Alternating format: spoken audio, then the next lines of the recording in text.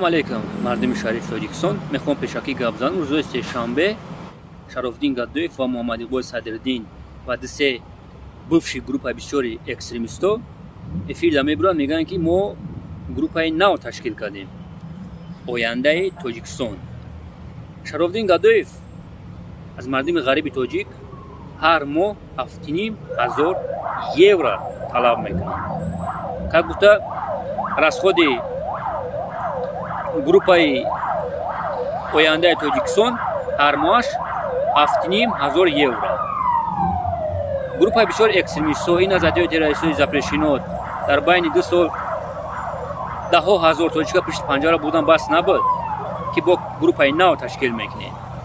Бубурен кор кунен, эй тваро, эй гнидо. Ин группатонани экстремизм, терроризм хом эълон кард. Марг ба шумо ворид.